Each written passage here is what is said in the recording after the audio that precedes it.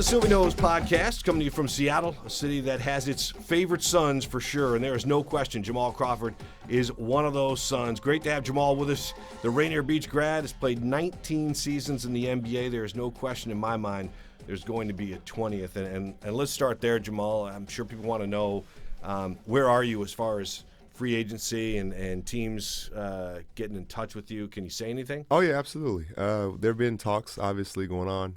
But at this point in your career, obviously, when you have the Melos and the JRs and Joakim Noahs and Kenneth Farieds and so many different guys that haven't signed, what I'm noticing is the veterans are kind of on the back burner a little bit, and I'm sure guys will get calls, maybe not before camp, but after camp. I got a call last year. It was the day before I signed the day before the season started. So as you get later in your career and the vets are out there, you just have to wait and be patient. Well, I feel like that's what they're doing, with you. When I see lists of NBA free agents, available free agents, you're always right there at the top, and I feel like it probably would come down to just before training camp. Yeah, it would. And I'm not, for a while for all those years, my family was going with me. And now it's not that big a deal because they're staying here, they're settled here, and I don't have to move everybody the day before the season. I can just pack up and go, and, I know how to play. I'll be in shape, so, I'll be ready. All right, so when you say you're in shape, and I know that you're pretty much a gym rat, but what is your routine and what has been your routine really since your summer league ended? Yeah, well, since then, and even before that, I did a lot of strength work. I wanted to get my body strong and recalibrate that way. I feel like that was the foundation for me. I felt some, knick-knack injuries throughout the season last season. I'm like, okay, this time I'm going to really dedicate myself and get my lower body stronger. And so I did that. And I'm always playing basketball. I'm always in shape, always bike riding, doing yoga, doing different things. So, yeah, I stay at it. At some point in your, all older athletes, they have to make that transition from, say, the weight room, so to speak, and getting stronger to more flexibility things, yes, don't they? Absolutely. I mean, Tom Brady's a prime example of that. But is that something you had to transition to, too, and was that difficult? Yeah, I actually started doing it. I guess I was ahead of the curve because I always was really flexible, always liked to stretch. Always, I introduced foam rolling, I guess, when I started coming off the bench. I introduced the bike, I think, heavy, so that was a decade ago. And those things have helped me, stay at a high level for a long time. I think it's a lifestyle. You can't shortcut it. You can't take any days off it. You're in it, and when you're in it, you're in it. Don't you think that's true with everybody? Because I'm sure you've met a bunch of people, and even your friends have said, I'm trying to lift weights, or I'm trying to get stronger, I'm trying to lose weight, and people don't realize that you really can't just jump on and do it. It is a way of life, and the way you stay healthy throughout your years. Yeah, and the way you live. I think for me, the thing I think I learned was staying in shape is the easiest thing. It's always tougher to get back in shape. But if you stay at it, I think you have less risk of injuries. I think your body feels better, and you're always ready. I think stay ready so you don't have to get ready. Yeah, I think that's a great point. 39 years old. I know that you've said in the past you're just going to keep playing until your body can't do it anymore. Your mind gets tired of it. What has been the key for your longevity? Staying in love with the game. I think when you're in love with it, when you truly love it, you'll do the things we talked about. You'll do the yogas, you do the cold tubs, you do the foam rolls, you do the crowd therapy.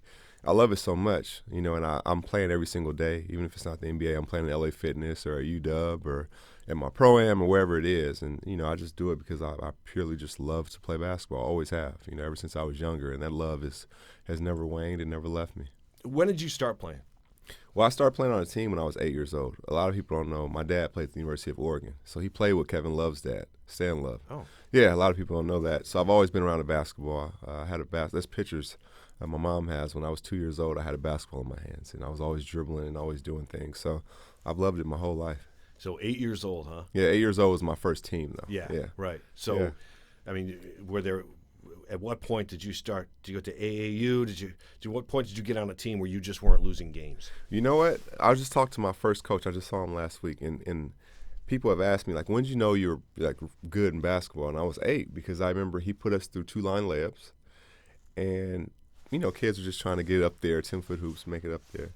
And he said this other day, I remember it, I was doing reverse like Michael Jordan layups, but he added to it and it came back to me. I was going around my back and reverse Michael Jordan layups. So that's why I'm kind of looking around like, hold on, this is different. So at that point, I kind of knew. I only played 2 years of AAU, to be honest with you. I played for CAY with Dan Finkley and Daryl Hennings. That was when I was in 5th grade. And then I played one more time with Rotary Friends of Hoop. And that was a team that Dan Finkley and George Krog and Albert Hall and all those guys kind of combined. I played once then, so I only played twice my whole life, and it worked out for me. Well, even with that, that little connection with Oregon, and then you have you played. A lot of people don't know you played 1 year at Michigan. It's kind of almost a forgotten thing. But, Yeah. But what was the recruiting process like for you back then? Were you just getting hammered? Well, I was getting hammered the last summer. Before that, I was kind of an unknown. I came back from California, so people were kind of like, okay, we remember him, but not really. So they hadn't seen me play in years, and I kind of made my way through the city, playing every single place I could, inside, outside, wherever. And my name kind of started taking off. I played in my pro-am. It was Doug Christie's pro-am at the time, and I started out slow. I averaged 30 the rest of the way. I was only a 16-year-old kid. And then my name really took off. And then after that, people started taking notice. University of Washington, UCLA, Michigan, Fresno State. Those were kind of like my final schools, and I ended up picking the University of Michigan. Why'd you pick Michigan when you? The Fab Five. I love the Fab Five. Yeah. Like, I grew up watching them. And the opportunity to play right away, as a prestigious university. I committed early, actually. I went on my visit, and I committed right afterwards, and the rest is history. Well, that Fab Five thing was strong. Oh, it was huge, yeah. And they promised me I can get Jalen Rose's locker, the locker he had when he was there. I'm like, oh, it's over. I'm coming here. I actually went to school with Tom Brady. Oh, that's we were right. there at the same time. That's right, man. They're at the same time. What was it? Just like a year just the 1 year that you guys crossed paths? Yeah, yeah. But you know what? Charles Woodson had just left. I was really close with David Terrell and Larry Foote on the football team, and Tom Brady was the backup quarterback at the time. Drew Henson was starting. That's right. But we all had basketball and football had training tables, dinner. We had dinner together every single day. So we took a liking to each other. We went to their games. They came to ours. We hung out. Tom was always there. He had his hat on. He was really quiet, cool. It was cool. Man, yeah, that's another unknown fact I think for a lot of people that didn't realize that. So, so there's a strong bond back there with I guess in every college the athletes have a strong bond. Huh? Oh, absolutely. But it was exciting for us because the football team was really good. Our hockey team was really good. Our softball team was really good. But the men's basketball team was struggling the year before. And so they said you could do your homework at the games. It was that quiet. It wasn't a lot of energy.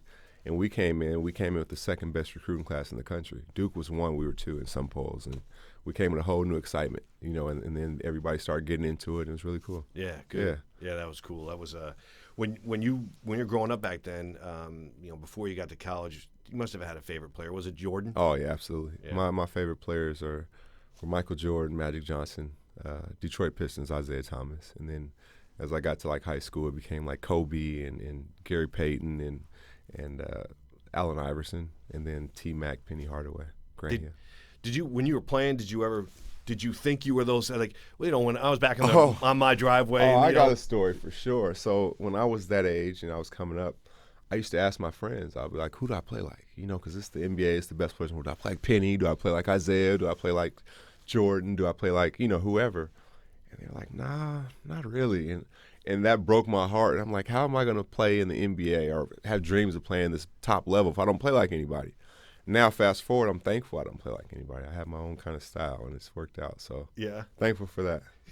Did you ever go back on those days where you're like, where you would say, Jordan for 3 or anything? Oh, absolutely. I would do the countdown. Yeah. 5, 4, do the drill. 3, 2, 1. Yeah, absolutely. Oh man, that's when you look at this now, you're 39 years old, and you've really been able to avoid serious injuries outside of a calf ACL. here and there. Yeah, an ACL. I had one major injury as an ACL, and I missed like 5 or 6 months. I think I was back on the court in 6 months playing. So that was the only major injury. They told me I was the first player in history to play all 82 games in their 17th season. So yeah, I've been relatively healthy, thank God, and staying in love with it. Yeah. I mean, that's something to say right there. You played for 8 different teams, spent last season in Phoenix. Mm-hmm. Is there a team or a city that you enjoyed playing for the most? The Clippers in New York, for sure. Really? Yeah, the Clippers, because we were such a good team, and I truly felt like we were title contenders. A lot of people don't know or may not think about it. We were the last team to put the Warriors out the playoffs before they started their run to the finals. Yeah, so it was like we were right there on the cusp. Another time, San Antonio just won the championship. We played them the next year in the playoffs in the first round. It was one of the best first rounds ever. It went Game 7. We won that one. Then we went up 3-1 on Houston. And we were up 19, I think, in Game 5 at home. We ended up losing that game. What was it, Game 5 or 6? Game 6, sorry.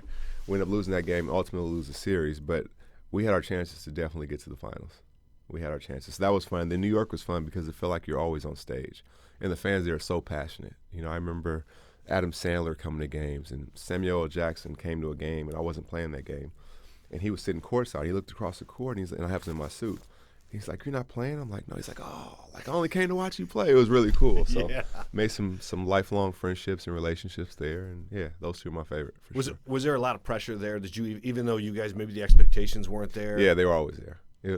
The Knicks are like the Lakers, or like the Cowboys, or like the Celtics. Like they're America's team. They have fans all over the world, and so even when we weren't winning, it felt like a playoff atmosphere. Because everybody was into it. The fans were there every single night. So, yeah, there was definitely pressure there. 8 beat writers following your team. Oh, yeah, I would imagine. For sure. What about, so you say your brush with a little bit of Hollywood in New York, Hollywood in L.A. Like, was that kind of a cool thing for you? Like was there a star you met that was pretty cool? I would say Jay-Z, but I already knew him from before when I was in Chicago. But Samuel L. Jackson, I'm a big Samuel L. Jackson fan. Denzel. He was at the Lakers game this year. I actually have a picture of us that I haven't released yet, but yeah, on the court was really, really cool. But Denzel is really cool. Yeah. Yeah. Is that a pic you're going to send out like social media at some point? Yeah, at some point. Or just put up in my house. One or the other. That's really cool to have, I have some man. cool pictures in my house. Very cool pictures. Yeah? Do you have a favorite? I mean, because there's too many probably, but you probably do have some cool stuff. I think my favorite is probably the one of me and Jordan on the court giving each other dap. Yeah. Yeah, that's probably one of my favorites. Yeah, man. Yeah. Man. Like, we see the rest of us folks, we can only imagine what that's like, man. No. Yeah, You're that's a legend. gotta be really you cool. are a legend, man. I remember you from high school, like we were just talking about, going to Gary Payton's house, and you did it. You knocked it out the park. Well, thank you, man. There's so many things to cover with you, but when you look at some of your productivity, the first ever 3-time winner of the NBA Six-Man Award, and you made a living coming off the bench and still do. Now, why is that such a natural thing for you? You know what?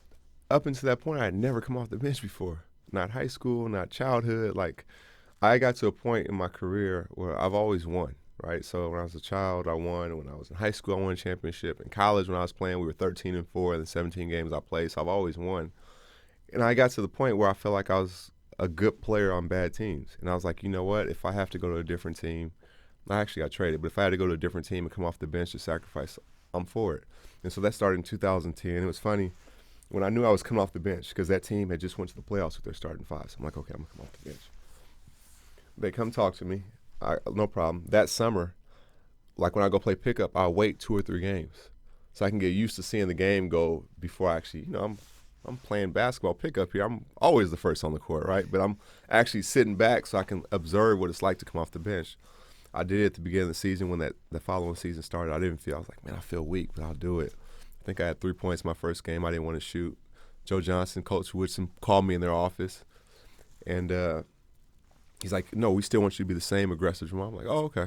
I averaged 18 off the bench. We won 53 games, made it to the playoffs, won Six-Man of the Year, and that's when the whole thing kind of took off. Yeah, I mean, yeah.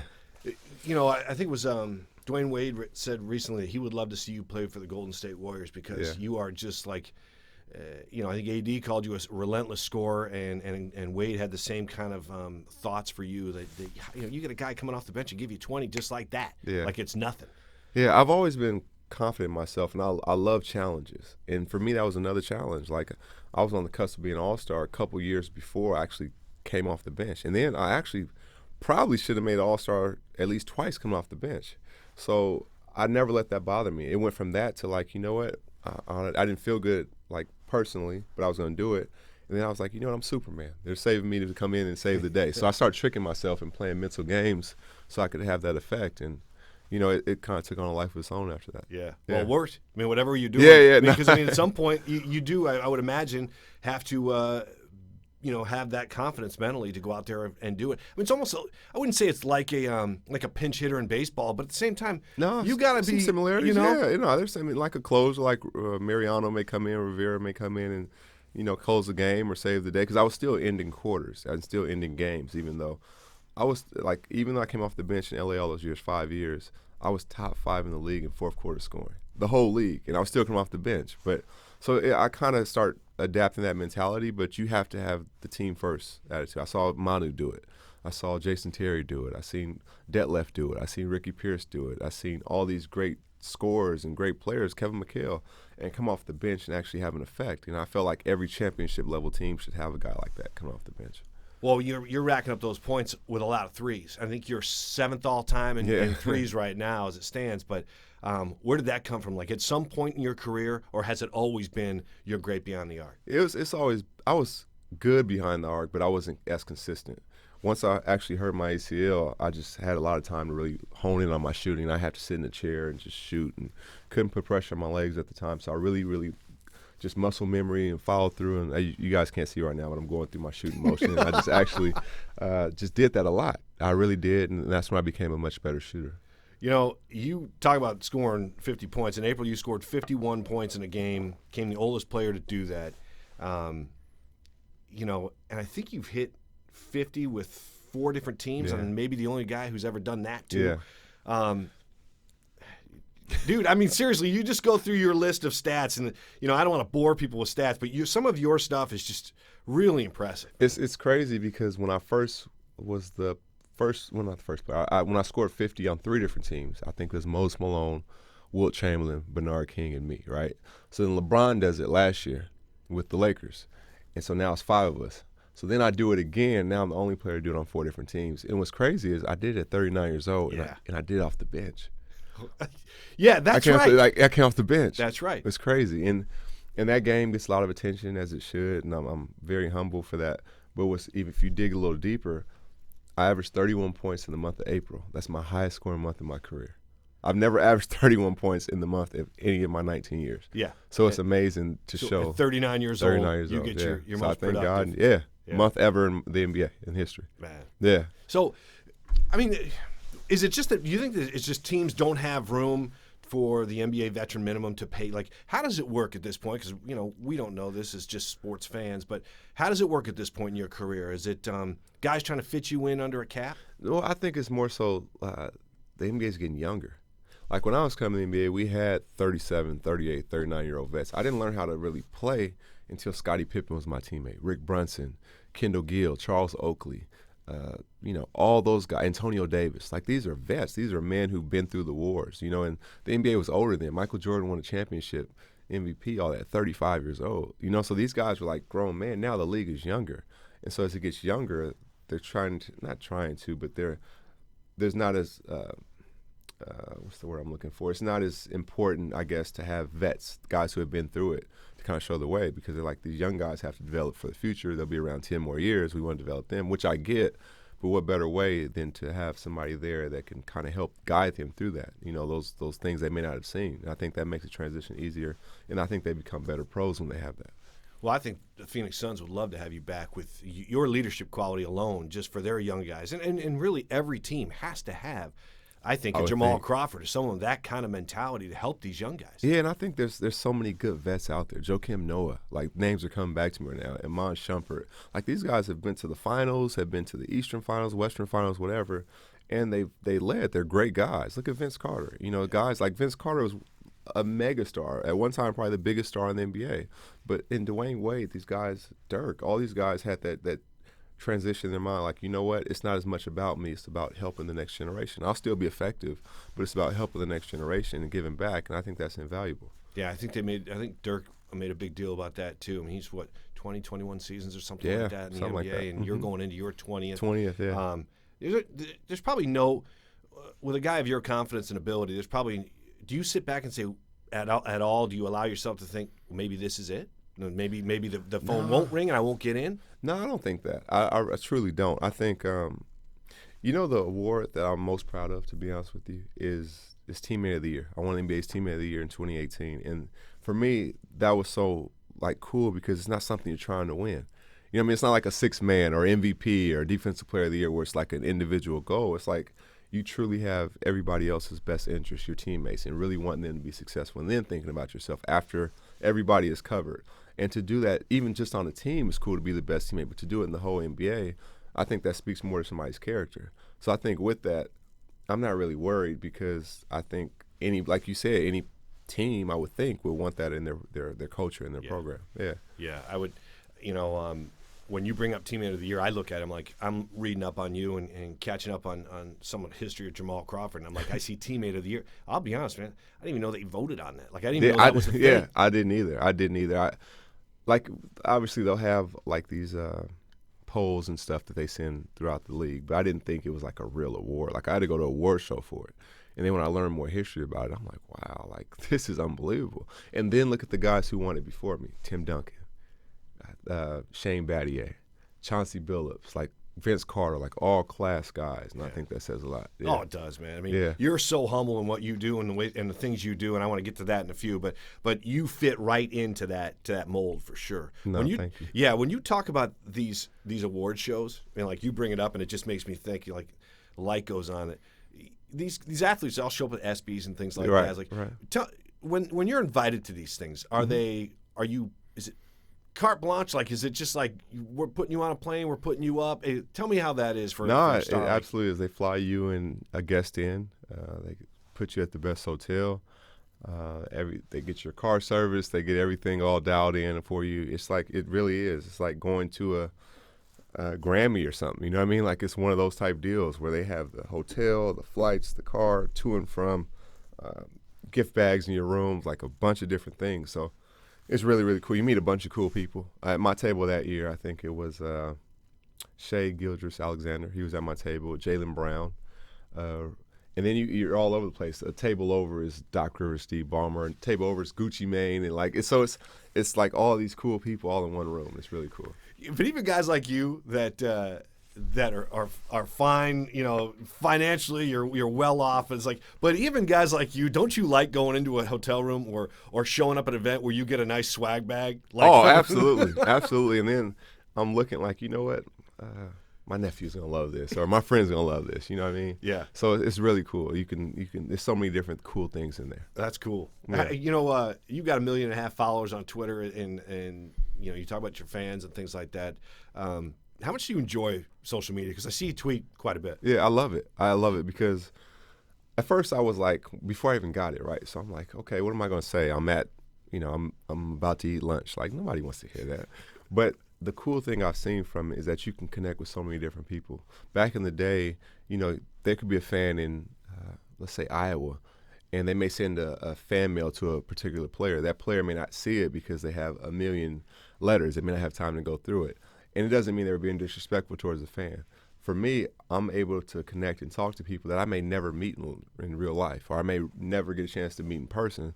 So it's a way for us to stay in contact. And the thing about me, because my style of play isn't for everybody, I get it, but the people that do actually like me or love me are like really diehard Crawford fans. Like, they really are. So they show love to me, I show love back to them by engaging and talking with them. And you enjoy that because a lot of guys of your caliber and status, they won't engage. Absolutely engage. Yeah, because sometimes even if we don't see eye to eye on something, you know, it may be you know, something I say, something they say. It won't ever be disrespectful, but it's just two different points of view. And after a while, I may respect their view more. They may respect my view more. So I love doing that. I love engaging, for sure. Do you ever just because I follow you and I watch your tweets come down. I'll be honest, I'm on Twitter from 3 to midnight, but that's pretty much it. Like, in my work hours, I use it as a pipeline of information. Yeah. And so I see your stuff come down. Access, yeah. And it's just like, you'll tweet 3 words and get 1,000 likes. And I'm like, and I'll look at my buddies and say, look, Jamal just said this. And look what happened, right? Yeah, man, I'm like, you know what's funny is sometimes, because I love watching the game, I love talking about the game. I'll tweet something during a finals game or a playoff game or whatever, and boom, it pops up on SportsCenter while I'm watching the game. Like, whoa, like, you know what I mean, or NBA TV or whatever. But I wasn't doing it was just my thoughts or just what I saw. Yeah. But so many people agree with it or saw it, and it became a viral thing. Yeah. Yeah. Wow. So yeah, that's the other thing. Is like, I wouldn't think you'd be that guy out there trying to get attention. No. You're just engaging. No, I'm just talking about my random thoughts, like, or whatever it might be, like.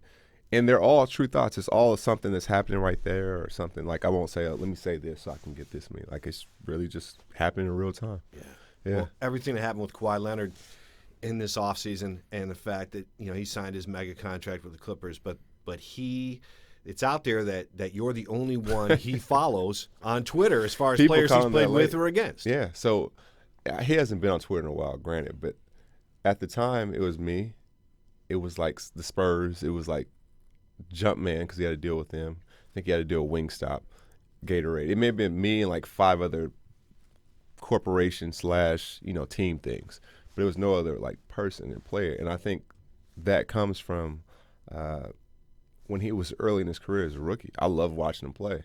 Like, I loved the way he played. He made the right plays. He played both ends. I just loved his style of play. And I remember me and him talking about that, way before he was a rookie, so 14, 15, whatever it was. And ever since then, we've had a good relationship. And, yeah, people are catching on because he's blowing up, obviously. And, people are talking about it now, which is crazy. But he doesn't seem like a guy who's going to be out there going, tweeting. No, he's not. Yeah, right. You may get one picture a year or one tweet a year with him. Yeah, for sure. What is do you think he's a little bit misunderstood because he got bashed a lot for the Spurs when he didn't? Yeah, come back. those kind of things. Like, and you're looking at this happen to a friend of yours. Like, do you think he was somewhat misunderstood going through that offseason? Absolutely, especially when it comes to injury. Like, who is anybody else to say how you're feeling? And everybody that has been through injury says, you know your body better than anybody else. You truly do. You live with this every single day. You know when something feels off or doesn't feel right. So who are we to criticize him and say, oh, you're just dogging it? You don't want to play. You don't want to do this or that. And it was just wrong to me on so many levels. But it's hard to even grasp where he was coming from. He's not the most talkative person to people he doesn't really know. So it's not like he's coming out trying to defend himself. He's just like, okay, whatever you guys are saying, you're saying. I'm not going to get engaged or get involved in that. Yeah, he did. And I respect that too. He did say that, and that's kind of smart, don't you think? Yeah, like why does he have to explain himself to us? Right. Like why? And so with that, I thought he handled it great, and I guess people can see now that he was never dogging. He wanted to get healthy, and he even missed some games this year. Like he missed 25 games this year.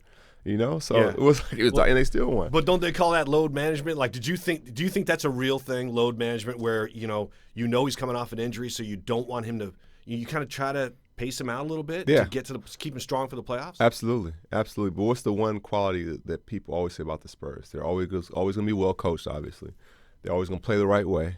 They're going to play hard. Like they play, and that's why for them when they get to the playoffs, they don't have to like crank it up. They play that way the whole year. Like you're in for a dogfight. They're the toughest opponent I've ever played against in the playoffs. Yeah, they're unbelievable. They were like the Patriots in football, or like the Seahawks when we were winning. They were unbelievable, for sure. Is from the coaching on down, like when you say that, it sounds like they're galvanized as a team and a coaching staff where they just have this program and they're going. It's tough to get past them. Why? Yeah, exactly. If you look at it, if you go back, remember some of the games where Duncan and Ginobili and Parker will all miss the games. It'd be a guy you may not have heard of, and they go beat the Warriors or beat somebody that's really, really good because they're just a well-oiled machine. Yeah. They're just a way, and they just keep. Pop has, I think he has 19 or 20 straight 50-win seasons. That's like unheard of. That's like to me, they're like the standard. Yeah, they're the gold standard for sure.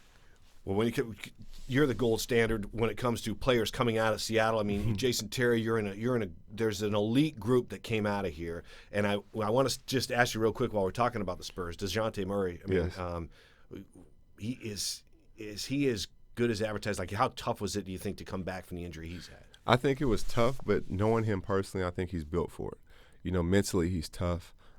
He looks at stuff as just another challenge. He's not going to ever get too high or too low. He's a worker. He loves the gym. I knew he wouldn't shortcut his rehab or do anything like that, and I know he's going to have a great season. He's going to be a star. He really is. He's a great young talent.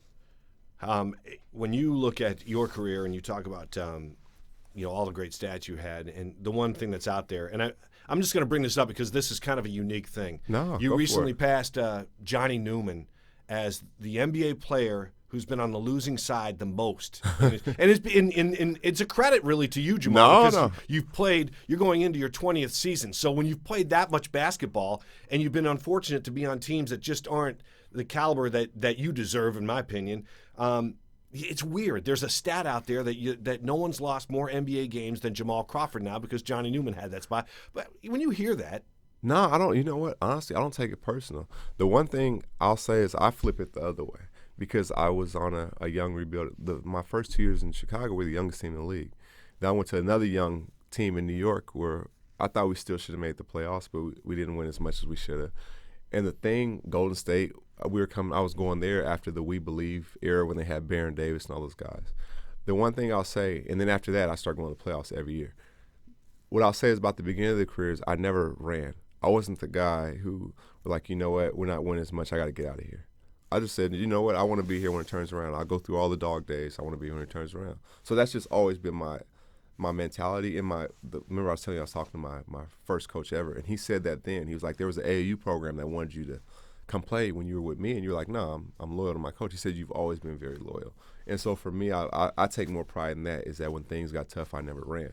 Yeah. So I can deal with the lost record. When you talk about trades and switching teams, how difficult is it when you hear that? Yeah, it's tough. Because when the first time I ever got traded, I was the leading scorer. I was averaging over 20 points, myself and Zach Randolph. And it was the best start at that time in the last 10 years for the Knicks. It was 11 games into the season. And we could have both made All-Star that year. We both averaging 20 in New York, winning season. That's the recipe. We got traded because 2010 free agency was that next summer. And then you have the LeBrons, the Dwayne Wades, the Joe Johnsons, the Bosches, all these guys as free agents. And I get it. Like, obviously you're hurt personally, but those elite World Hall of Fame talents, you have to give yourself a shot at them, and that's what they did. That's what they did. And so with that, it hurt because I didn't know it was coming, and that's my first time being traded. I was just looking at walls for the first 20 hours like, this really happened? I'm averaging 20 in New York. We're winning. Season just started.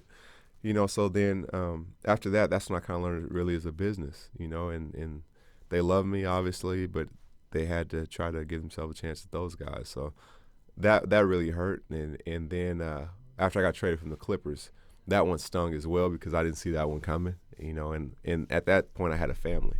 And so now you had to take the kids out of school. You got to move your wife. The kids are like, why are we leaving? They don't understand that part, and that's the part that really hurts. So those two trades. Yeah. And they're also the two favorite places I ever played. So. Yeah, right. Yeah. Right. Well, you talk about free agency nowadays, and you see what happens with Durant. Even this past summer was just like this. That was almost as exciting as the NBA season. You're going to see where everybody's going to wind up. Were you surprised at any of those moves, and with Durant teaming up with Kyrie and those guys back east? No, I wasn't too surprised, to be honest with you. I think with Kevin especially, it's like, for him, his mind's always wondering. Like, he always needs another challenge, right? If he stays in Golden State and he doesn't get hurt, it's easy to say, okay, that's another championship. And you could have just kept going as long as, like, there were other teams that were good, but deep down, I think all of us knew in the league that the Warriors it would be tough to beat them. It would take almost, like, I don't know, to beat them, you got to play a perfect game, which will happen in the course of a season. But to beat them 4 out of 7 games in the playoff series, it's damn near impossible, to be honest with you. So I'm excited for this summer now because you have balance everywhere. It's almost like the old NBA where you had 2 great stars on every team, and then you filled in around it. And now, may the best team win. I'm really excited about that. But KD and you have hooked up with your summer league. Nah, we're friends. He's one of my closest friends in the league. Yeah, for sure. We talk a lot. It's obvious. Yeah. And his love for Seattle. Yeah, it runs deep. Yeah. I mean, you have that tremendous summer league where you're bringing in stars, and I think the fans showing up at this event and packing the place. Oh, yeah. That has to show you, wow, I'm doing something good here and doing something right. But, boy, Durant, he'll come up and he'll sign autographs out there, it seems like, for hours. No. So to that story, right, the year he came, it was his first time back in Seattle since he had left with the Sonics. And he came, he played, it was packed, obviously. It was tough because Miriam McGinn had problems even getting in at that game. You had to be there. I think the game was at 4:30. You had to be there 11:30 maybe to get in to make sure you got a seat. Packed. It's the most packed day we ever had probably. And he plays, he has 62 points, 63 points, whatever it was. And he's leaving. He has a driver, he's leaving. He stops the car midway. It's pandemonium. He signs autographs for hours. And he texts me after. He's like, this was the best day of my summer. I needed this day. Really? Yeah. That's what he said. When you have an event like that, did you want to move it somewhere else a little bit bigger? Because what was it, SPU? Yes, SPU. Yeah. No, I like the setting because, like, if you watch artists, like, they have MTV Unplugged, right? They always have, like, the settings that's a little bit smaller than the arenas they're used to. And I think it really gives that feeling, that dynamic. Like, these guys, or all of us, are used to playing with 20,000 people. But I think when you have the fans right there on top of you, they're really close. They can reach out and touch their player. Think about some of the kids who are, 14, 15 years old right now, right? And they're watching these guys, and they may have been 3 or 4 when the Sonics left, right? So probably too young to remember. And to see an NBA player in person, they have to drive to Portland, right, or fly somewhere else to go watch them play, or watch them on SportsCenter, or play with them on 2K, right? So they don't see their favorite players right there live in the fresh in person in this environment that holds 3,000 people. So it's so cool, and I like the smaller settings. When you talk about 2K, like, do you play that? No, I don't. My son does. Yeah. Does he play with you? He has I think it's called My Player or something. So he has me on. Yeah, he has me on there for sure. He does. He does play with me. So that's cool. Like back in the day, did you ever play those? Did you get into that stuff? NBA Live 95 was the last time I played, but I was addicted to that game. Like I played all the time. Yeah. But after that, I moved back up here. I was 16. I was like, you know what? I want to be on that game. So let me get out there and start working even harder. Yeah. Well, when you talk about giving back, your crossover league is it's really, to me, it seems like has it expanded in recent years? Because it seems like you're playing a lot of basketball in the summer. Like your schedule's set, and it's like, man, these guys are playing every week. Every weekend for 2 months. Yeah, for sure. And it's really, really cool. It's growing. We've added the kids in there this year. We had a Rotary with Daryl Hennings and those guys, and a lot of younger kids kick off the first game. And I thought that was really cool because some of those kids who are 8, 9, 10, 11 years old have never had their names introduced or on the microphone when they score a basket or throw a nice pass, play in front of that many people. So I think it's a cool experience. We had a girls' game there this year, a women's game, and it was great. Haley Van Lith, Cameron Brink, some of the best who are from our area in the Northwest. Yeah. So it's just really cool. It's really expanding. I think it's something special. And going back now, we have the 3,000 seats we have at SPU is actually the biggest pro-am in the country. Most of them do it like a high school gym or do it at a Boys and Girls Club or something to that effect. But for us, we got it there, so I think it's the perfect size. Man. Yeah. That's funny. It's the largest, but it's only 3,000. Yeah, right. Right, yeah, for sure. Talk about your gym back in high school. I mean, I remember years ago, and like I said, I kind of gush over Jamal Crawford when we talk about you in this building and outside this building, because you set such a standard, man. And you go back to Rainier Beach. I know you must be close with Mike Bethea. And it's just like, absolutely. And you paid to renovate their gym and kind of bring it up to where you thought it should be. Like you played there. You wanted this place to be nice. What was that like for you, and what was the motivation for you? Well, the motivation was when I was playing there. We were slipping everywhere. For practice, coach would have to be out there an hour and a half before just to mop the court to make sure we got through practice safe. And that was every day consistently. Mop the court, make sure it was good, make sure it was safe. And so when I was there, I was like, you know what, if I ever am well off or if I can ever afford, I'm going to redo this court. I'm like, these kids need a safe place to play. I said that when I was in high school. And so when it happened, it was an unbelievable thing, and it's something that will outlive me, right, at the school, and it's more like legacy. Like, how cool is that to have it named after me? Like, I spent so much time there and blood, sweat, and tears there, and, to actually be able to give back in that form was, like, really, really, really unbelievable. Yeah, it's cool. I mean, and that when you talk about mopping up the floor and things, like, how long will that, the hardwood, like, did you even get into that when you were looking at renovating this gym? Like, did you think of the technology and how we can make this maybe one of the top gyms? Or at that time, yeah, you got involved in that. Oh yeah, absolutely. The scoreboards, where the placement is, like on the schedule where that comes out for the basketball season. They have Rainier Beach versus O'Day, site Crawford Court. Like, that's on the paper. Like, and I was like, wow, like, that's crazy. Because usually the site was Cleveland High School or whatever. Yeah. The site is Crawford Court. So that's where the games are at sometimes. Yeah, see, and that's where I think it's really cool is that everything you've accomplished in the NBA, like, you think it's cool just seeing your name on a piece of paper where that meant so much to you to renovate that place. Yeah, and I dropped my kids off at school today, and I Google mapped here, and this is a true story. The Google map led me through one of the places I used to live when I was a kid. So that was like, I got a few extra minutes. So I drove through the neighborhood, and I was like, wow, I remember being in that apartment at 7 years old with a little hoop and a hanger and just doing reverse layups and dribbling the ball. Imagine to be this player. I was like, wow, look what basketball has taken me. Look at this. Like, I can truly say I've lived a dream, playing at this level and doing this. Like, I dreamed about this every single day, every single minute of my life. Like, I wanted to be in this position. And God's unbelievable because, there's a million kids with that same dream, and everybody won't get a chance to experience it in that That's way. That's exactly right. But you have to admit that work ethic puts you, like, there's For sure. guys with dreams, but there's sure. also guys and girls that don't have the work ethic to accomplish those dreams. For sure. And you do. As you know, it rains a lot. It was raining outside when I came in. For me, that wasn't going to stop me. When I was growing up, and I just took my son out there to shoot in the rain. And he's like, the rain? I'm like, yeah, the rain. So we went out and got shots up in the rain this past weekend before practice. But that wasn't going to stop me. What really pushed me was the fear of not making it. I wanted it so bad.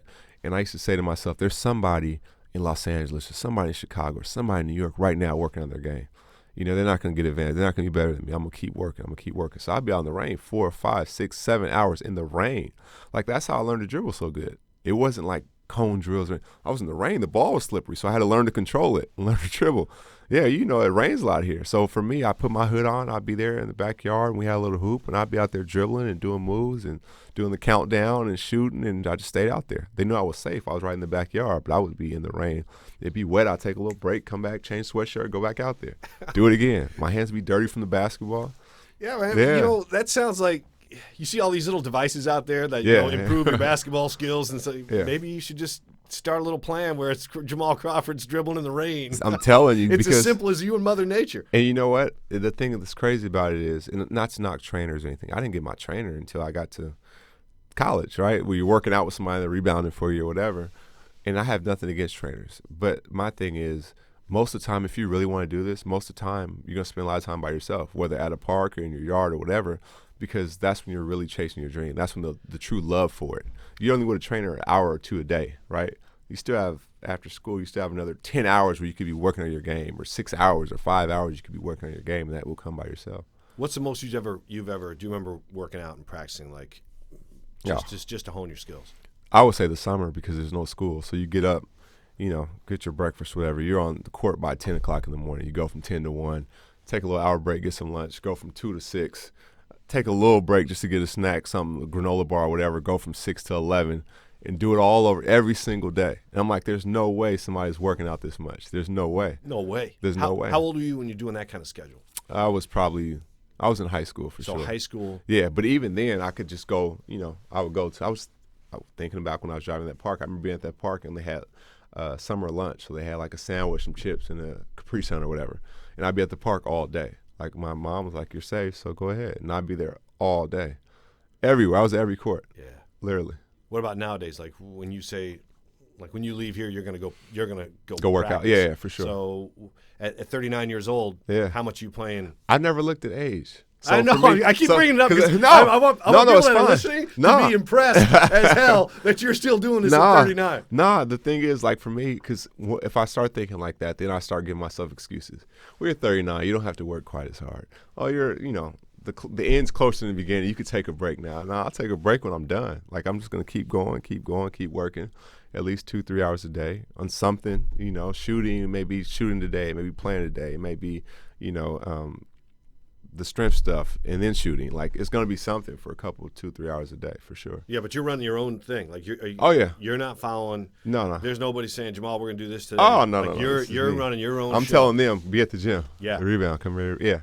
No, it's me. So who are you? Are you working out with other players that people may know, or is it just because I know you worked some of the top freshmen that are coming into the Husky program. Oh yeah. No, I'm always at UW. I worked out with Kyrie this summer. I worked out with Kyrie a lot. He came and stayed here, actually, and we worked out the whole month of August last summer. Nobody knew it until he actually told people when they asked him what he did this summer at Media Day last year. And everybody's like, whoa. And I never mentioned it. I wouldn't have mentioned it, but he mentioned it. So then I started getting a bunch of calls from the Boston media like, you and Kyrie worked out? I'm like, yeah. And actually, so now we're talking about it. Actually, in those runs, it was DeJounte Murray, Zach LaVine. We had everybody, Spencer Hawes. We had a bunch of people. But what was really cool was Bill Russell. Mr. Russell came and watched some of those workouts. So that was cool. Yeah. When you think about it, and as we wrap it up here, like, have you allowed yourself to think about what you want to do after basketball? I want to be involved with basketball for sure in some capacity. I could see front office. I could see, announcing. I could see commentating. I could see a bunch of different things, but definitely be involved with basketball for sure. Coaching at all? Maybe my son's age. High school, would probably be the limit I would go coaching. Yeah. Yeah, because the kids then are still like really, really learning. They're still, getting prepared for what's to come. Because after that, to me, high school is like the most fun I ever had playing basketball. Once you get to college and the NBA or college and professional, that's when, politics and different things, it's a little less pure to me. Yeah. After high school, so I probably would stop right there. And demanding as ever, I would imagine. Oh yeah, for sure. I'm tired of traveling, so I don't want to travel too much. Hopefully we get the Sonics back and I can work with them. That'd be cool. Yeah, that's a dream for a lot of people in this town. When you talk about announcing, do you remember a certain, like Calabro was always great. Oh, he was unbelievable. But do you ever remember a bucket or a play or something that you watched a replay and heard the announcer or anything like that where you're like, that was one of my favorite highlights? Mike Breen has some. Yeah? Yeah, when he hit a big three, he'd always say that. He'd say it in the playoffs. And yeah, but I remember growing up, Hubie Brown was great. I love listening to him. Bob Costas was really good. Steve Snapper Jones was always there in the playoffs doing the Portland-Seattle series or, just all those different memories. Calabro was one of the very, very best for sure. His voice it takes me right back to high school when I start really thinking I can chase this dream. Yeah. Well, I'll tell you what, man, it's been a great run for you, and I know it will continue into your 20th NBA season. I really appreciate you making the time, Jamal. It's been great catching up. Anytime. Thank you so much.